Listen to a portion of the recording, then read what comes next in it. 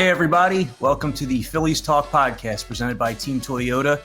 This is actually going to be the start of what we're hoping is a season-long schedule of daily podcasts where Jim or I come to you each day for a little condensed synopsis of what's going on with the Phillies. We're going to shoot for like 12 to 18 minutes, somewhere in that range, kind of hook you up for your car ride into work each day, talking about the day before, what's coming ahead, storylines around baseball that affect the Phillies.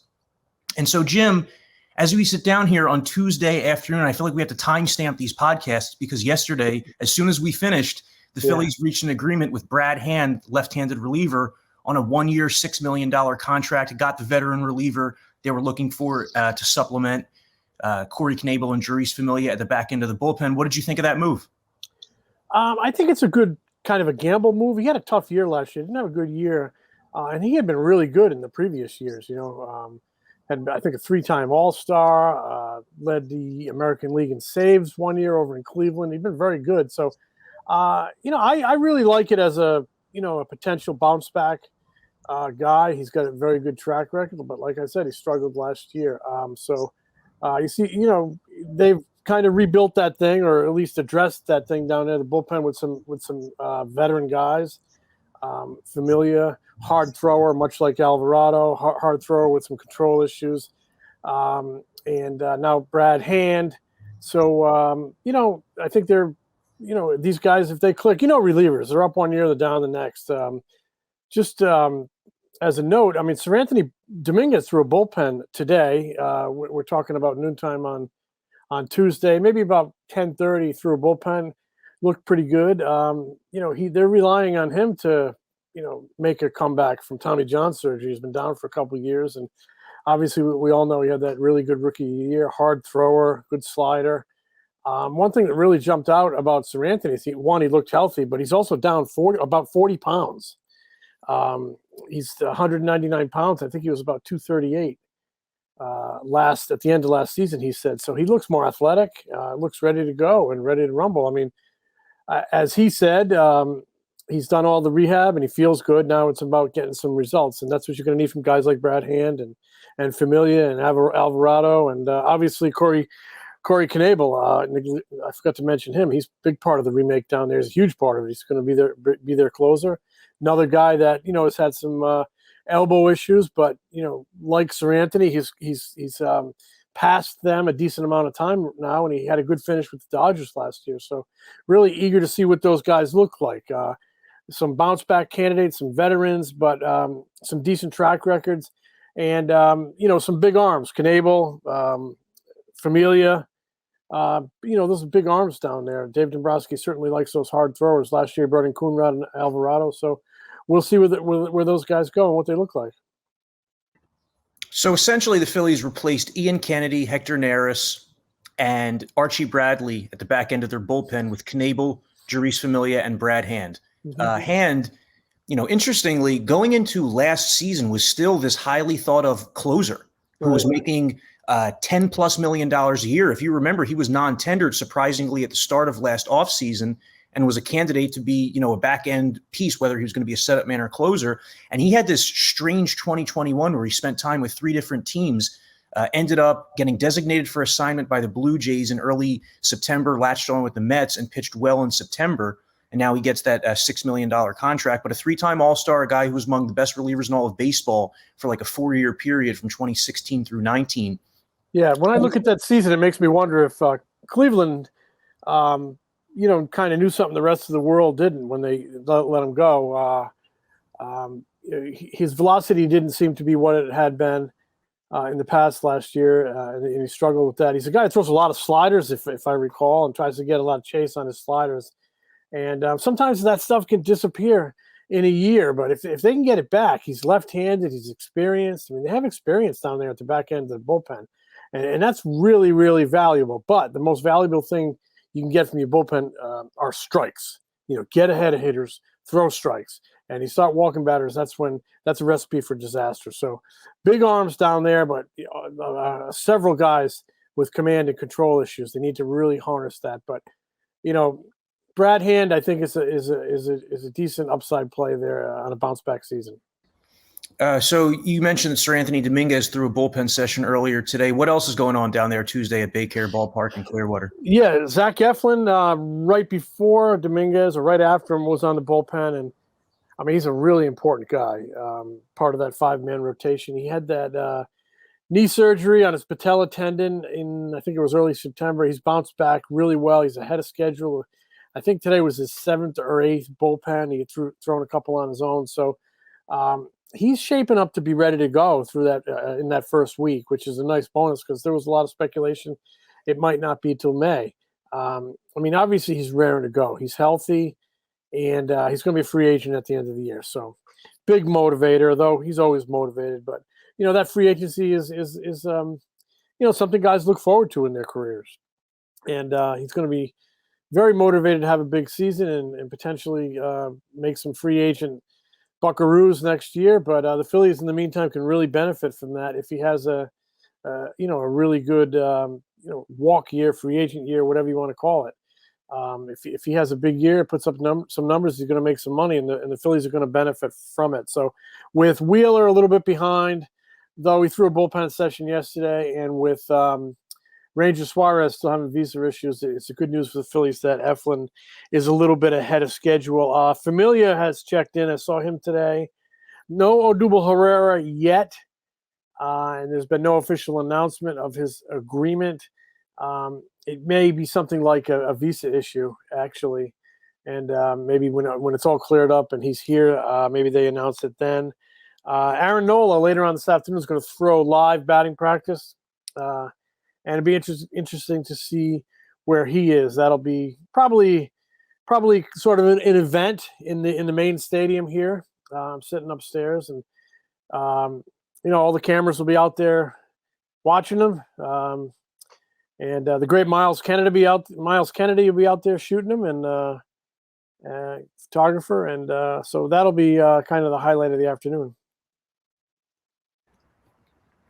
So, Jim, yesterday, Bryce Harper talked, and he said some things, huh? He was pretty specific about free agents that he thinks would fit the Phillies lineup and help. I mean, they're not mysterious names. It's the guys who are at the top of the left field free agent market, talking about Nick Castellanos, Chris Bryant, Kyle Schwarber.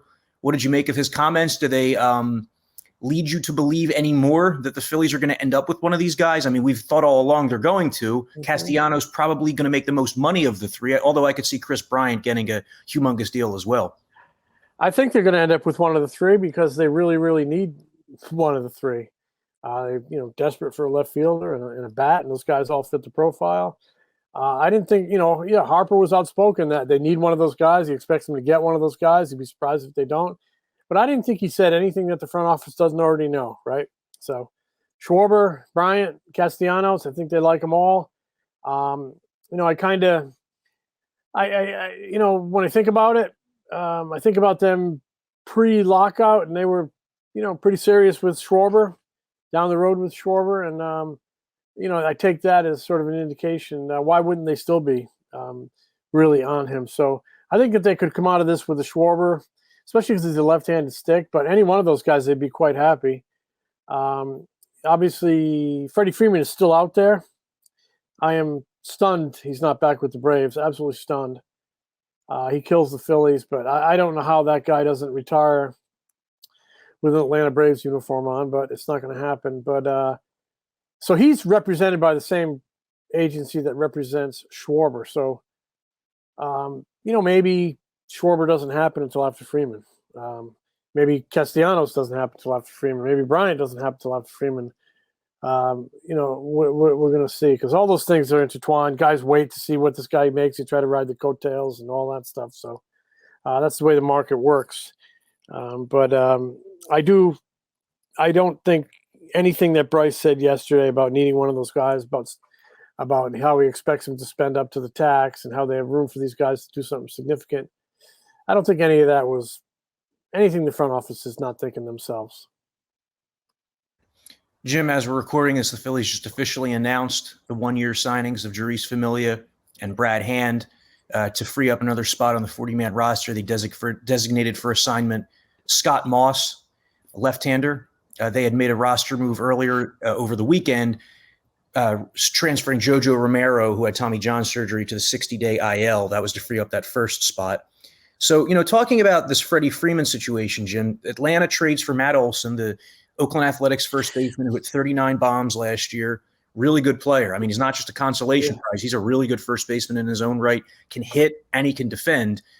He's also 5 years younger than Freeman, is going to be significantly cheaper than Freeman.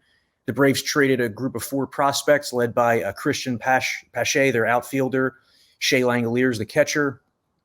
But it means Freddie Freeman's not coming back to the Braves.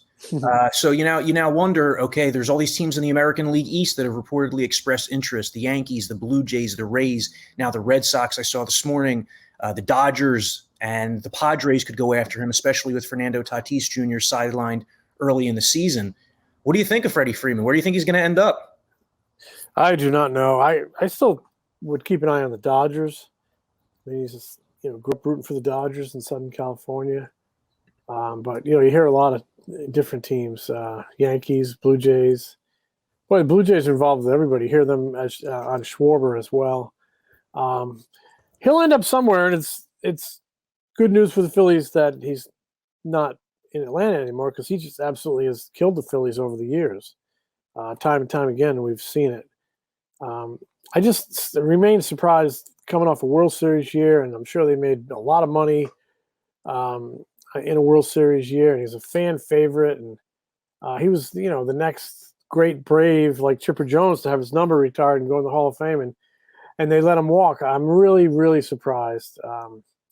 It almost makes me wonder if they're like, we got our World Series, and we're going to retool a little bit, and it's just, to me, a stunning move that they did not retain him. But, he's out of the National League East. That can be good for the Phillies. Like I said, he's a Philly killer, certified Philly killer. So, Jim, what's next for the Phils? Do you think that they're done in the bullpen? Do you think they could make some supplementary additions? I mean, I'm starting to look at this, roster, the depth chart. It looks like 7 of the 8 spots in the bullpen might already be spoken for. Yeah. I think they could use some back end starting myself, some starting pitching depth, just with the uncertainty of some guys for that first week, and just the simple fact we both know, you need pitching. You always need all the pitching depth you can get. So wouldn't be just surprised to see them probe that a little bit. But what's next is they need to address left field. Obviously, center field has been addressed with Odubel, and they think Verlin can play in the other half of that platoon. I'm sure they'll give them a little while, and it's not like they're spending a lot of money at that spot. Odubel's going to come in for $175, and the most he can make is $2.5 with incentives. So it's not like they have a ton of money sunk into center field. If after 2 months or and change, they're not cutting it out there, I think they'll go out and try to figure out a way to fix it. But they got to get on that left field spot and get a bat. And left side of the infield is quite interesting, and they continue to do a lot of drills with Bohm to seek some improvement there. And Didi Gregorius is healthy, and it'll be a battle between him and Stott for shortstop once the games get going here. But even if they with where they are on the payroll in terms of the luxury tax, I think they're at like 195, 196 and change. I mean, that gives them over $30 million to play with here. So I think they can get a big ticket guy, which they want. And they can also maybe get another guy that can impact them in some way, shape, or form. I don't know in what role, but they're not done. They're not done.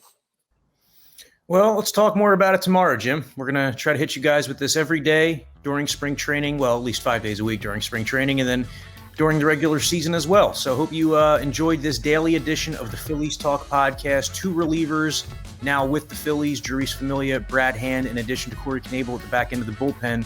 Dave Dombrowski continuing to fill the holes. Now we just wonder about the outfield, and as Jim mentioned, potentially another starting pitcher. Catch you later here on the Phillies Talk podcast.